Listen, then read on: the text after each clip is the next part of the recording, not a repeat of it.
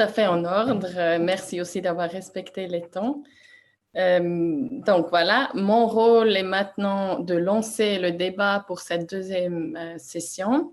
Pour ce faire, je vais commenter chacun des papiers séparément, brièvement, puis dégager quelques éléments plus généraux. Et enfin, poser une question à chacune des intervenantes. Et après, on va évidemment ouvrir le débat au public. Voilà, je commence avec Chloé.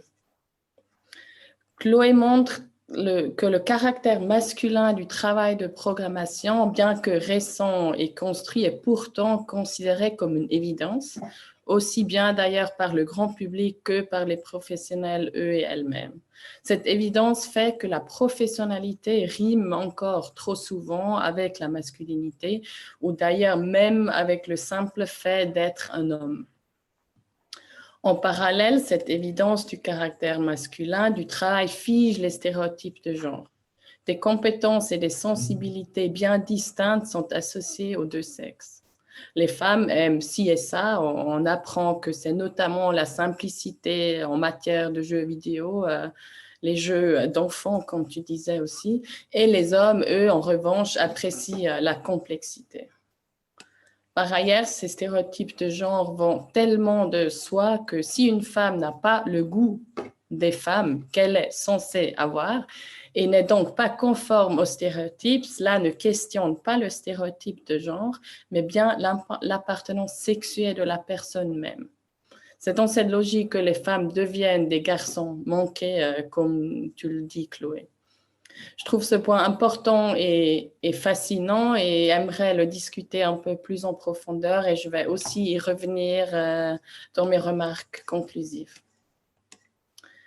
Donner un contre-exemple d'une femme qui aime, par exemple, les jeux de stratégie complexes n'affirmera pas l'idée que les femmes, de manière générale, préfèrent les jeux ludiques et simples, mais plus facilement la catégorie d'appartenance. Cette femme n'est pas une vraie femme. Et ce soupçon va d'ailleurs plus loin que la simple affirmation « elle pense comme un mec ». À chaque fois qu'une femme manifeste quelque chose qui ne correspond pas à ce stéréotype, nous dit Chloé, le soupçon revient et va jusqu'à l'idée que cette femme doit être transgenre ou qu'elle serait au fond un homme. Voilà, je passe à la deuxième ou à la première présentation faite par Zhuang.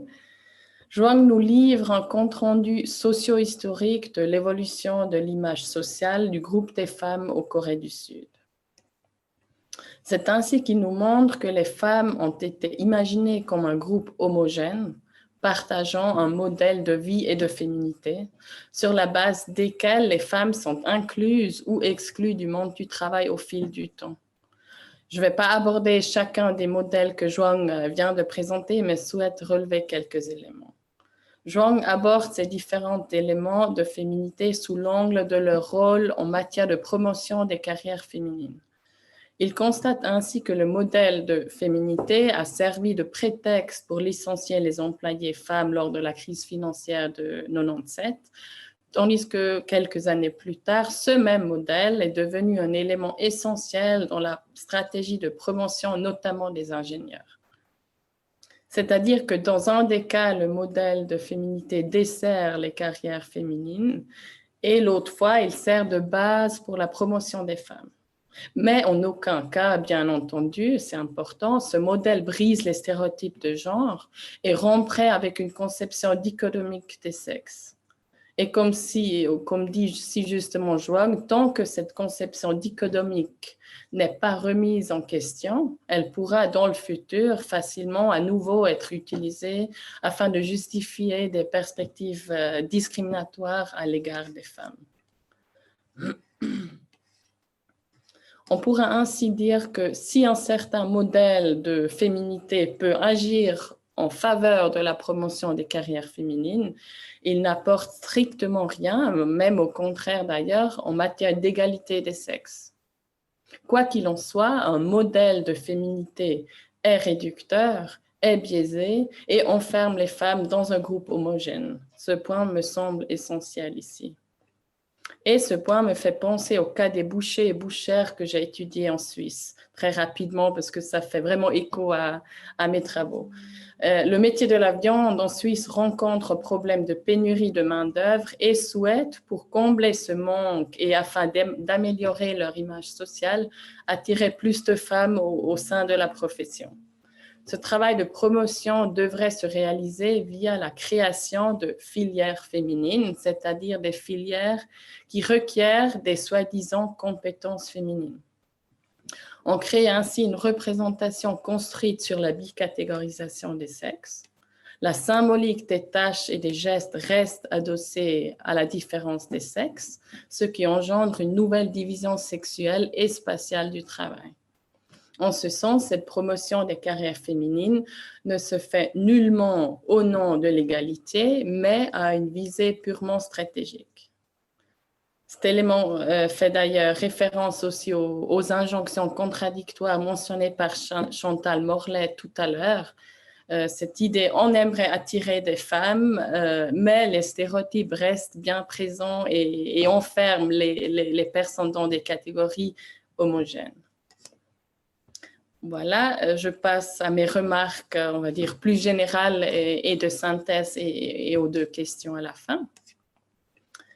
Les deux papiers indiquent assez clairement que cette séparation entre les femmes et les hommes et l'assignation genrée est symptomatique du fonctionnement de la culture professionnelle, mais aussi de la société de manière plus générale.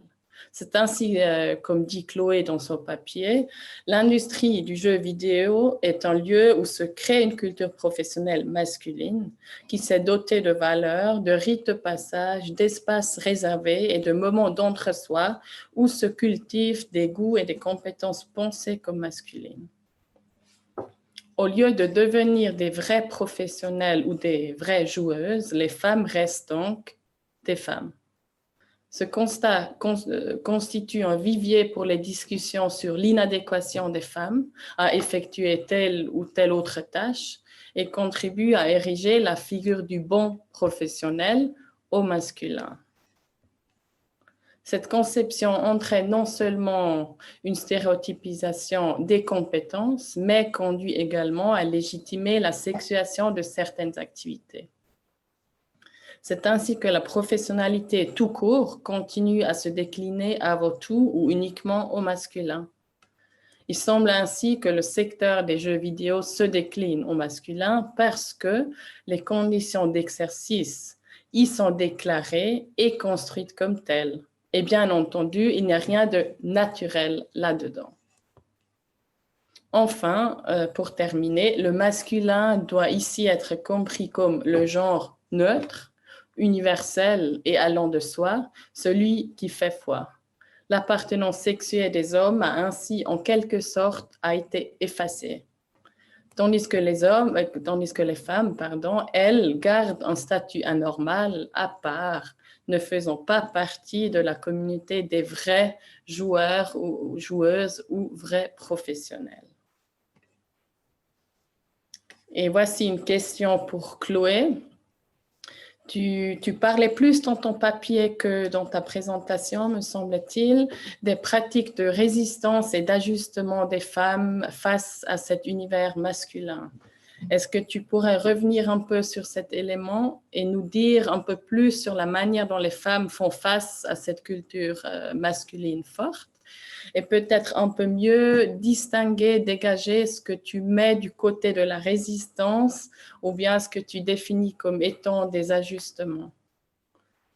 Je pose directement la question à Joang et puis après on peut peut-être donner la parole à Chloé, mais comme ça les deux questions sont posées. Alors Joang, comment comptes-tu travailler de manière très concrète avec ces trois visions des femmes que tu as identifiées grâce à tes analyses? Est-ce un élément central dans ton travail? Est-ce que tu comptes affiner cette typologie, parce qu'il me semble qu'il s'agit d'une typologie, au cours de ton enquête? Si j'ai bien compris que tu as identifié cette typologie grâce à des entretiens et des documents que tu as consultés et analysés, je me demande en outre si toi-même, tu ne prends pas un petit risque d'enfermer les femmes dans un groupe homogène. Voilà.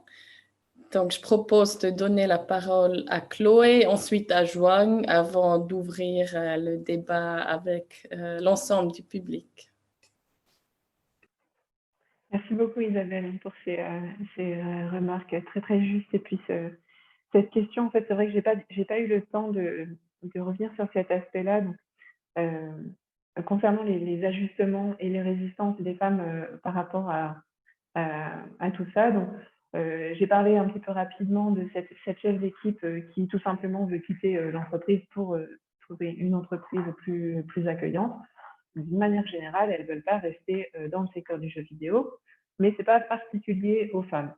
Dans le secteur du jeu vidéo en Corée est considéré essentiellement comme un pourvoyeur de métiers temporaires, alimentaires, dans l'attente d'un travail dans un secteur un peu plus prestigieux ou un peu plus rémunérateur.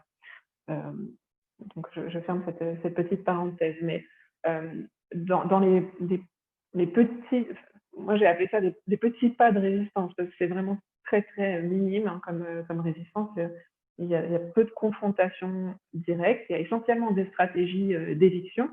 Donc, par exemple, les femmes ont organisé leur espace numérique de manière à éviter tout ce qui est intrusion de publicité pornographique, de représentation érotisée des femmes.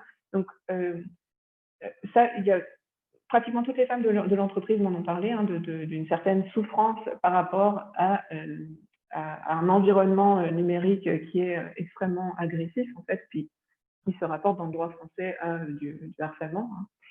Mais qui n'est jamais présenté comme tel par mes interlocuteurs et mes interlocutrices.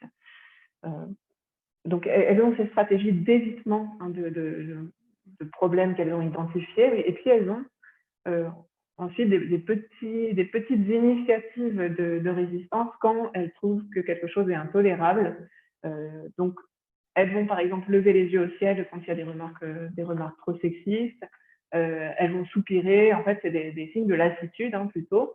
Donc, ce qui est très très minime de mon point de vue comme résistance. Mais il y a aussi des critiques un petit peu plus directes, notamment quand leurs collègues masculins sont en train de faire le design des personnages, en disant, par exemple, en faisant des remarques qui ne sont pas forcément qui ne viennent pas forcément à l'esprit de leurs collègues masculins, en disant mais là ton personnage il est nu, il est presque nu. Qu'est-ce que c'est que ce personnage nu? Pourquoi tu as fait ce personnage nu? Comment on va faire le personnage pour courir avec des talons aiguilles?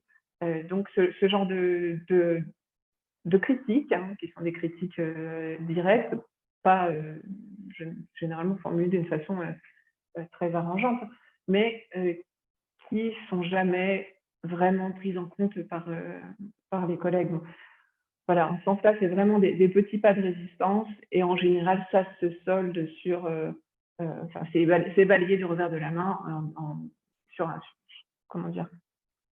un ton humoristique, donc qui est un ressort classique du sexisme un petit peu partout.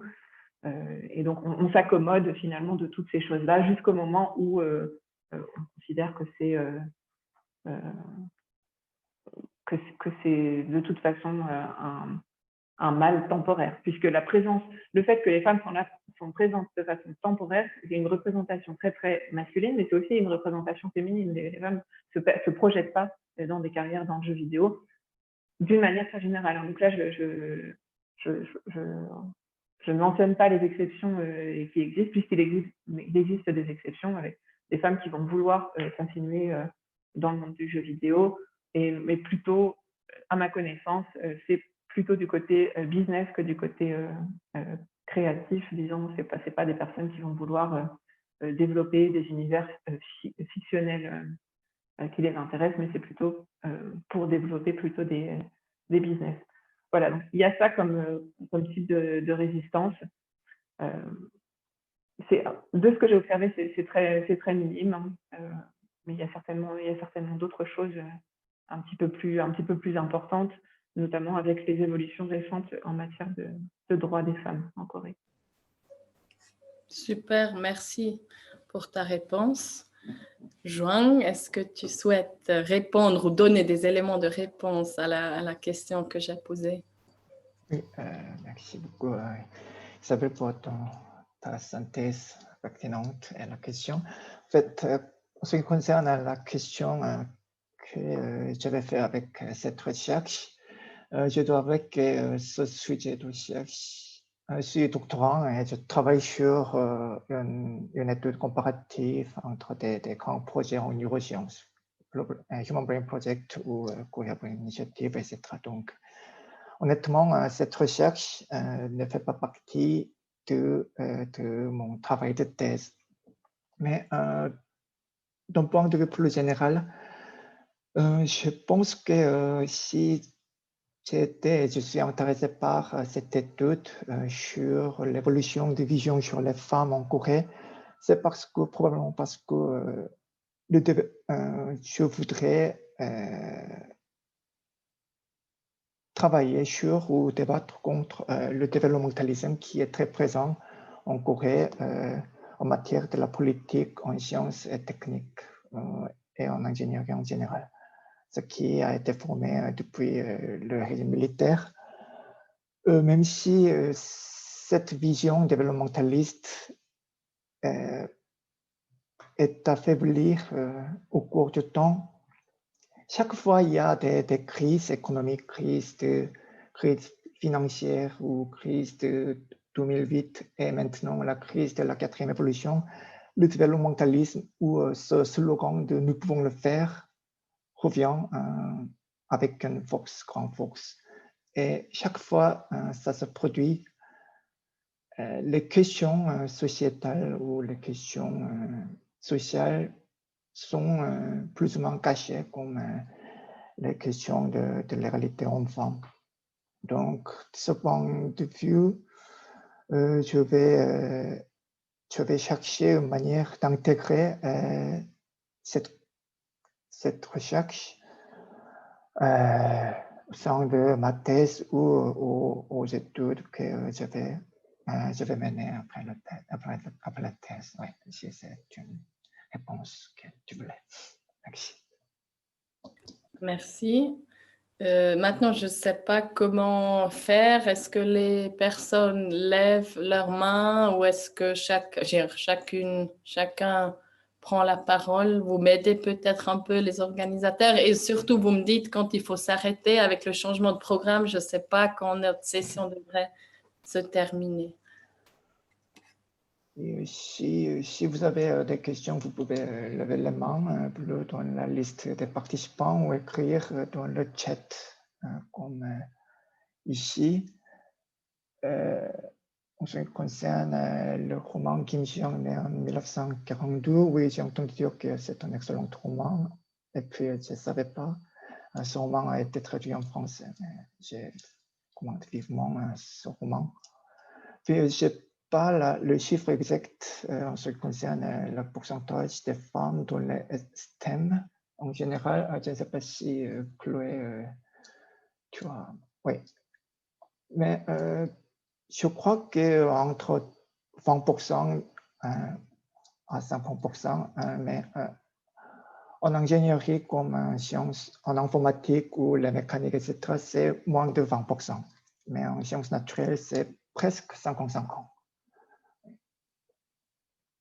Concernant les écoles d'ingénieurs, si je peux rajouter quelque chose concernant le terrain coréen, c'est souvent mentionné le fait que ces filières en fait, contribuent à la séparation de la société et ça contribue aussi à former ces monstres dont je vous parlais tout à l'heure.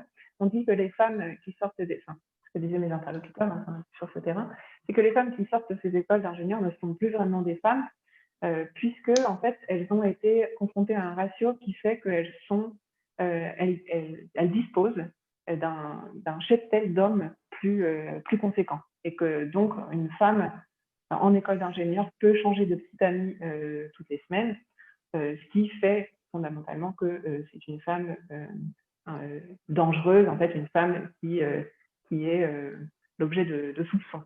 Voilà. Donc ça, c'est une espèce d'histoire qui revient très fréquemment, à la fois dans le discours des hommes et dans le discours des femmes, surtout dans le discours des femmes, en réalité. Et aussi, en ce qui concerne la question de Madame Colette Guillopé, nous pouvons le faire, en fait, c'est plutôt, nous pouvons le faire, même si on est en retard, nous pouvons le faire si on le fait maintenant de manière correcte. Parce que la Corée était assez en retard en industrialisation, etc., pendant les années 60 ou 70. Alors, mais ils ont réussi à aboutir à une croissance impressive au niveau mondial.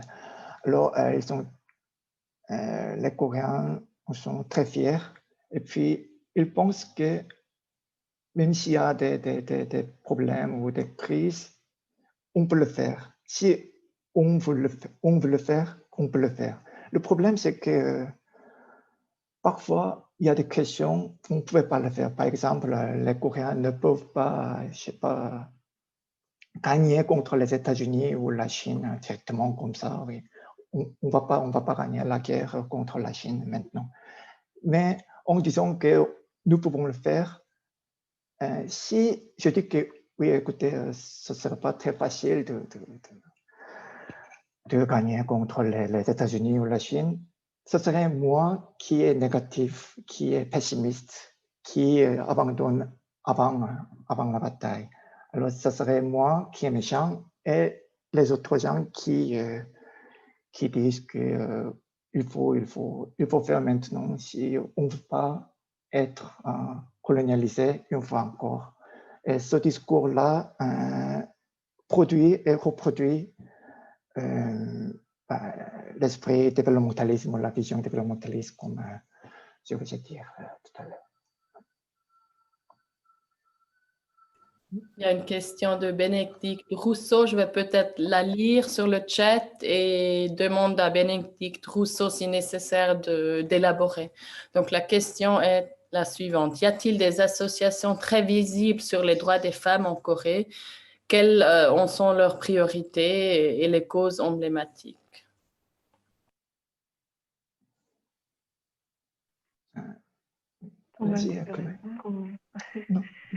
Alors, il y a des associations très visibles, effectivement, et notamment qui sont liées à des affaires récentes, et plus particulièrement sur des questions du numérique, justement, puisque vous avez peut-être entendu parler de ces affaires je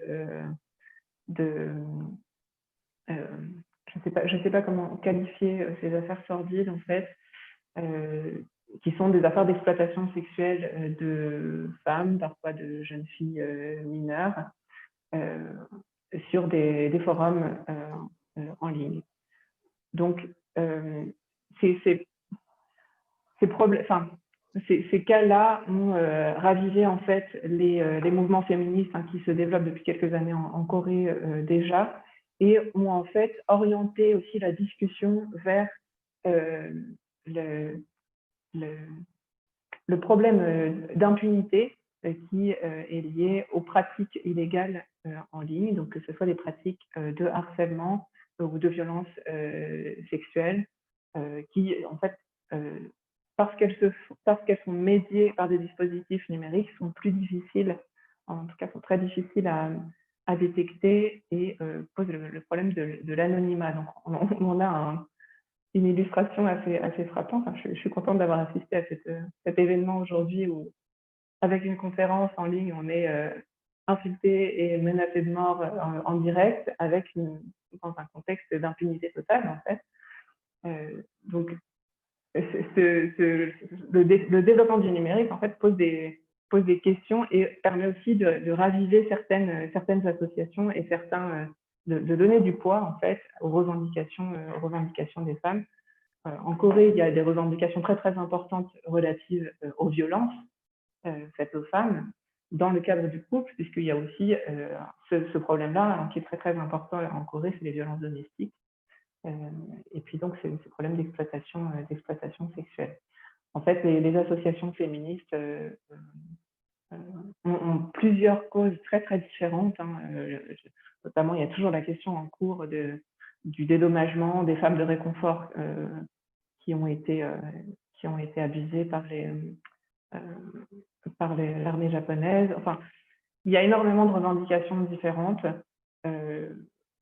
Voilà, donc c'est celles avec lesquelles je peux faire le lien avec les discussions d'aujourd'hui. Peut-être qu'il y aurait des choses à ajouter.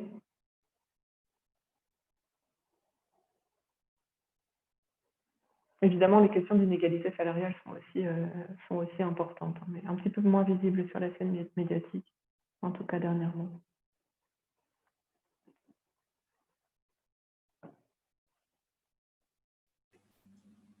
Est-ce qu'il y a d'autres remarques ou questions?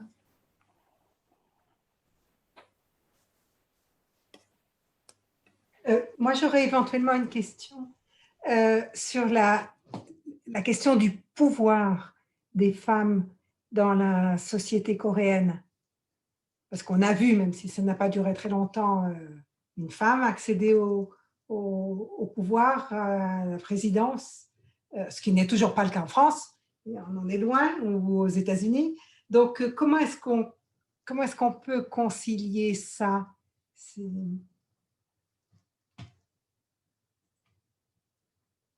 Je suis désolée, je ne suis pas sûre d'avoir compris votre question.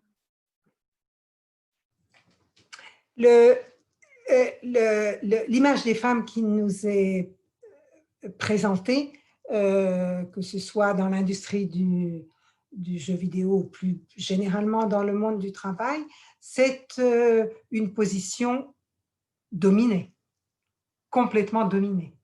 Donc, on peut se dire comment est-ce que on peut le concilier avec le fait qu'une femme accède au plus haut niveau politique, comme Madame Park. Alors, Park Geun-hye, c'est quand même la petite fille d'un dictateur, hein, qui a été soutenue en tant que descendante d'un dictateur, particulièrement soutenue par les conservateurs coréens, dans la mesure où on lui attribue une grande partie de la croissance économique. Hein. Je m'arrête si je dis des bêtises, mais je pense qu'il y a quand même une part non négligeable de ça, notamment parce que, notamment lié au fait qu'en Corée, il y a cette idée d'une continuité familiale. Donc, Park Geun-hye, elle est plutôt l'emblème elle porte plutôt le nom d'une famille plutôt qu'une identité de femme. Par contre, il y a eu des analyses quand elle a été déchue, disons, qui ont mis en évidence le fait que la façon dont le type de discours qu'on a trouvé à ce moment-là était, les attaques qui ont été formulées contre elle empruntaient beaucoup à des accusations, à des types de reproches qu'on fait plutôt aux femmes, et que si ça avait été un homme, ça aurait été un peu différent. Bon, je ne sais pas si on peut vraiment analyser des conjectures comme ça, mais en tout cas, je pense que il faut pas. Enfin, ça me paraît difficile de prendre l'accession au pouvoir de Park Geun-hye comme un signe de prise de pouvoir des femmes. Les femmes puissantes en Corée existent depuis quand même très longtemps. Il y a des figures de reines notamment qui ont été très très importantes.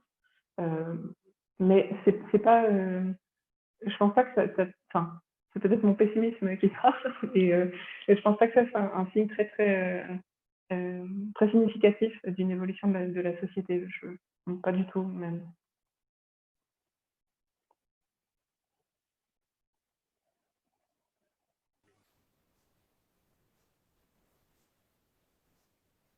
Je pense qu'on a le temps encore pour une dernière question.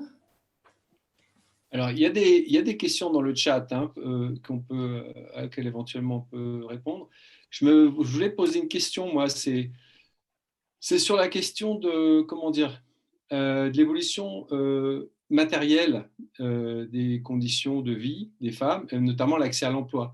Dans les organismes internationaux, pour un certain nombre de pays en développement, comme on dit publiquement, les taux d'accès à l'emploi des femmes sont considérées comme une des locomotives de l'émancipation des femmes, puisqu'il y a la prise en charge des enfants qui vient avec, et un autre rapport, rééquilibrage des rapports dans le couple, etc. etc. Donc, c'est à la fois vrai de penser que, par exemple, l'augmentation de l'employabilité des femmes, ou l'accès à l'emploi des femmes change la donne, et en même temps, ça peut se faire avec des conceptions très archaïques, comme dans l'exemple que citait Jong sur, sur les représentations sexistes qui poussent à vouloir développer l'emploi des femmes à des postes d'ingénieurs. Alors pour l'instant, c'est un projet, si j'ai bien compris, hein. Il n'y a pas tellement de chiffres qui montrent l'accroissement de la féminisation de l'emploi des ingénieurs. Mais si c'était le cas, il ne faut pas exclure la possibilité que ça fasse changer, hein, les mentalités. Alors, en même temps, ça ne marche pas à tous les coups, c'est pour ça que j'en parle, c'est compliqué, c'est que si on prend l'exemple de la Première Guerre mondiale, les femmes se sont mises au travail, ou plutôt ont été mises au travail dans les usines, et puis après la Première Guerre mondiale, tout est revenu à l'identique. Donc, est-ce que c'est la circonstance, le contexte, la durée aussi de l'emploi des femmes qui peut changer la donne? Bon, en tout cas, on ne peut pas, laisser de côté cette possibilité que même des représentations sexistes pourraient donner lieu à finalement une augmentation de l'emploi des femmes qui du coup ferait changer les mentalités. Ça ne marche pas à tous les coups, mais je veux dire, ça fait partie des possibilités. Oui, je me permets de rebondir. Je pense que tu as tout à fait raison, Yvan, de mentionner cet aspect.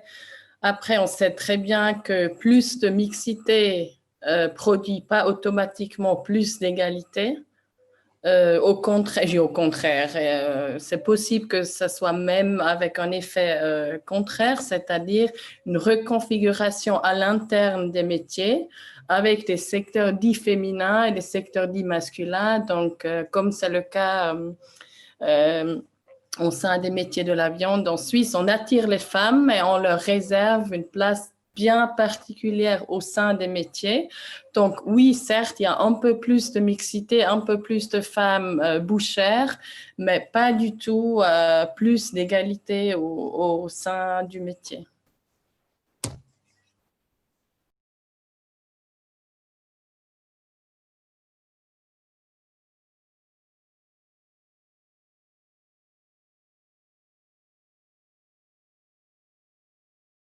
Et Jean, est-ce que vous pensez qu'il y a un développement de la mixité dans l'emploi des ingénieurs en Corée, ou c'est encore totalement à l'état de projet, de discours? Je crois bien que l'avancement doit être assez visible. Mais toujours, il y a des questions de hiérarchie au sein des entreprises. Et aussi, pendant un entretien avec une ingénieure, elle m'a dit qu'elle travaille à Samsung, l'entreprise la plus grosse en Corée. Dans ces entreprises comme Samsung ou Hyundai ou LG, si le gouvernement fait une loi ou une stratégie pour promouvoir les femmes au sein du travail ou ingénierie, ces entreprises adoptent ces stratégies beaucoup plus volontairement, rapidement, sans problème, parce qu'elles veulent être un cas assez représentatif en Corée. Elles ne veulent pas produire un problème sociétal de plus. Le problème, c'est que la plupart des entreprises en informatique sur lesquelles Chloé a travaillé, ces entreprises sont petites et invisibles plutôt. Même si on peut acheter, on peut voir les produits, les logiciels qu'ils produisent, on peut les acheter, on ne peut pas voir comment ces entreprises travaillent, comment elles adoptent les stratégies nationales, etc. Donc, ce sont ces aspects, ces espaces plutôt petits et divisés qui je sais pas, qui renforce ou de manière qui fait persister ces problèmes, je crois. Oui.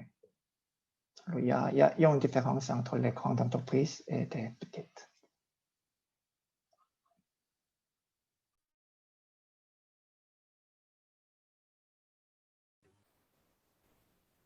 Ok, très bien. Je vois encore deux questions sur le chat. La première de Bénédicte Rousseau. Vous me dites si je n'ai pas vu d'autres questions. Il me semble que Jong a répondu.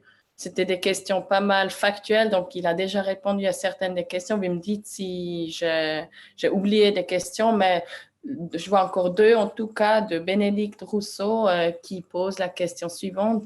Y a-t-il des rôles modèles de progression des femmes dans les entreprises coréennes?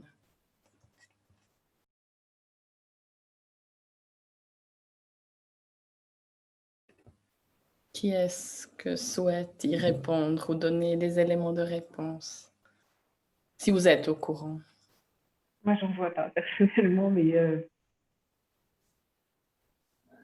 Oui, en fait, Peut-être aussi oui. mieux définir, Bénédicte Rousseau, ce que vous entendez par rôle modèle. L'idée, ma question à vous serait, est-ce que ça fait référence à l'idée qu'il y aurait des femmes compétentes, ayant du succès dans leur vie professionnelle, ou qu'est-ce que concrètement vous entendez par rôle modèle? Si vous êtes ici, vous pouvez prendre la parole.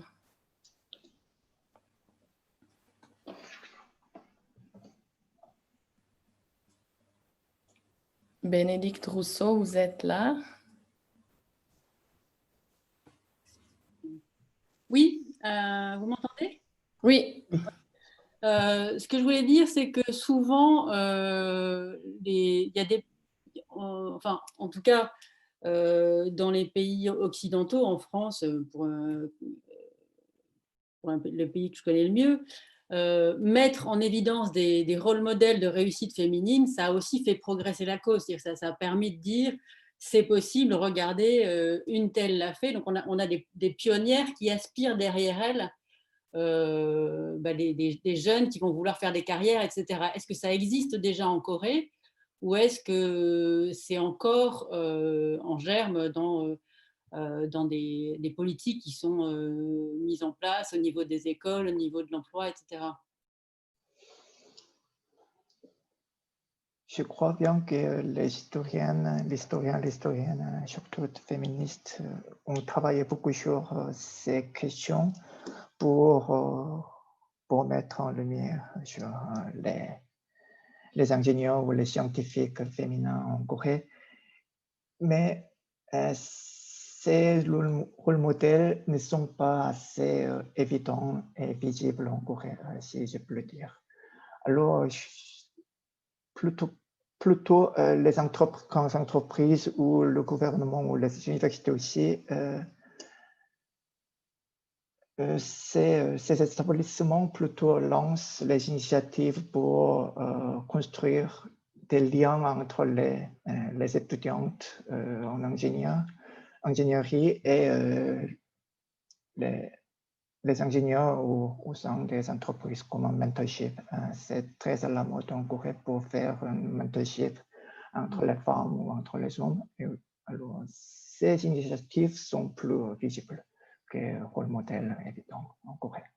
Parce que les réseaux de femmes ont beaucoup joué sur à la fois effectivement les rôles modèles, le mentorship, la réflexion sur les progressions de carrière. Quand vous montrez le fait que les femmes ingénieures, enfin les femmes ayant fait des études supérieures s'arrêtent plus longtemps que les hommes, enfin s'arrêtent plus longtemps que les femmes diplômées des lycées dans leur carrière, effectivement c'est un handicap énorme. Et donc, on a fait progresser la mixité en travaillant sur tous ces leviers-là en même temps en France. Donc, je voulais savoir si effectivement en Corée, il y avait de la part des réseaux féminins ou des associations féministes une réflexion sur tous ces sujets-là, sur tous ces volets-là. Il y a des associations et il y a des réseaux, il y a des mentorships, mais en même temps, c'est pas assez évident parce que, comme il est assez connu, ces milieux, ingénierie ou haute technologie sont assez... les gens de ces domaines sont plutôt croyants de méritocratie. Surtout pour les femmes, c'est pas très, comment dire, c'est pas convaincant, mais elles sont pas très attirées par cette conception de réseau des femmes ingénieurs ou réseau des femmes étudiants, etc. Parce que, oui, si elles acceptent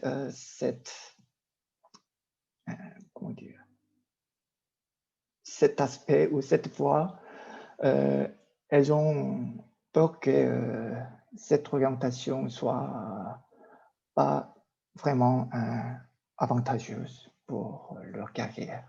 Oui. Elles sont Plutôt mal que perçues, en méritocratie. fait. On peut mal percevoir. Ouais. Ok.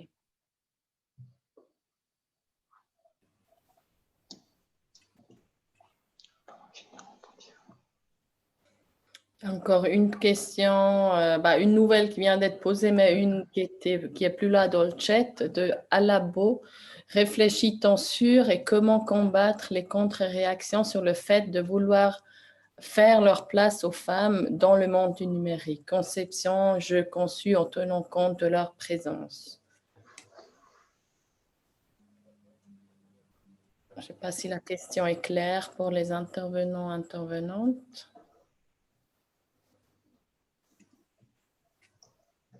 Je ne comprends pas ce que vous entendez par les contre-réactions. Combattre les contre-réactions.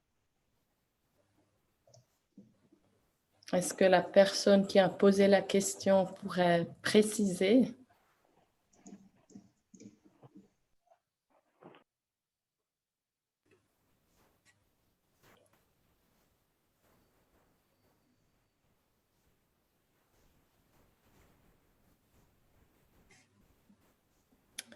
Vous pouvez allumer le micro à Labo. Oui, ce que fait Jong, c'est qu'il donne accès au fur et à mesure aux gens pour éviter qu'on ait à nouveau des sauvages. Et donc voilà, il vous a donné accès là.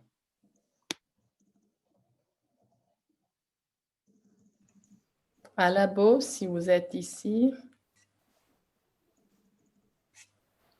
Bon, en attendant.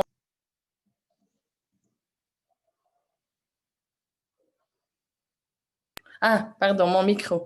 Est-ce que Alabo est là? Non. Alors, je propose de prendre une autre question en attendant peut-être que Alabo revienne.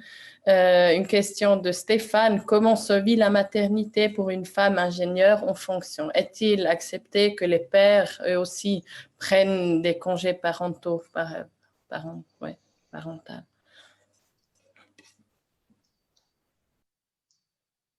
Oui, selon la loi, on peut prendre un congé maternel et paternel, mais en réalité, les 20% ou 30% des femmes prennent cette opportunité et seulement 5% des hommes prennent son congé paternité en statistique.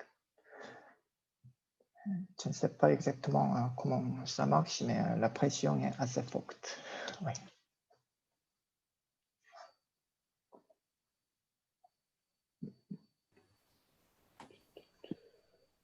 Donc, on peut probablement clore cette session s'il n'y a pas d'autres interventions.